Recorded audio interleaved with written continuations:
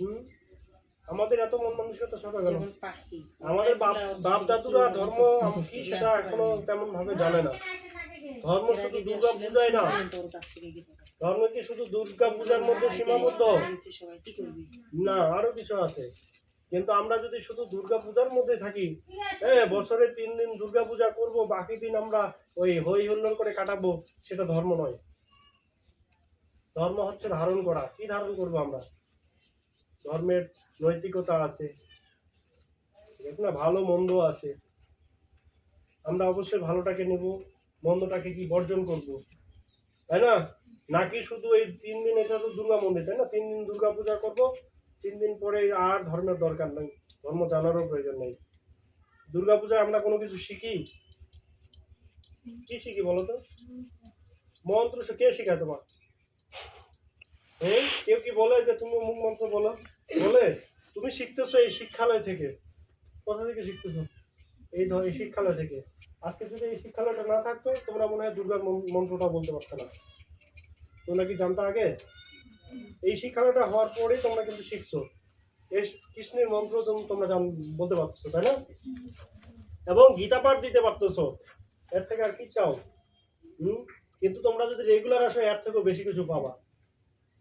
এই জন্য আসতে হবে। আর আমরা তোমাদেরকে যে ফ্রিতে খাতা কলম, হ্যাঁ, তারপরে গীতা দিয়েছি, সেটা কি আশায় মানে ফেলে রাখার জন্য, সবুজে রাখার জন্য? তাহলে কি পড়ার জন্য? তাহলে পড়তে হবে। আর তোমরা তোমাদের পরীক্ষা হয় না, বার্ষিক পরীক্ষা হয় না হয়তো? তো সেম প্রতি বছরই আমাদের পরীক্ষা হয়। তোমরা যে এতদিন পড়লা, তোমাদের ফলাফল কে দিবে? কে দিবে? স্কুলের ফলাফল তোমার স্কুলে তুমি পাও, এখানে তোমার পরীক্ষা হবে, তুমি অংশগ্রহণ করবে না? তাহলে পরীক্ষায় অংশগ্রহণ করা প্রত্যেক ছাত্রছাত্রীর অধিকার, তাই না? তাহলে সেই অধিকারে তোমাদের তো উচিত প্রত্যেককেই অংশগ্রহণ করা। 100 টাকায় তোমাদের বিষয় না, 100 টাকা প্রয়োজনে আমি দেবো, তোমরা বলো যে ইয়া করবা, হ্যাঁ, টাকাটা বিষয় না।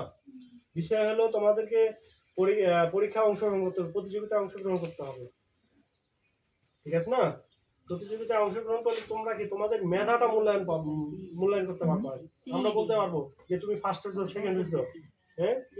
তুমি যে এতদিন পড়লা, তোমার ফলাফলের দরকার না, তারা সার্টিফিকেট দিবে, তারা তোমাকে সার্টিফিকেট দিবে। এর থেকে আর কি চাও?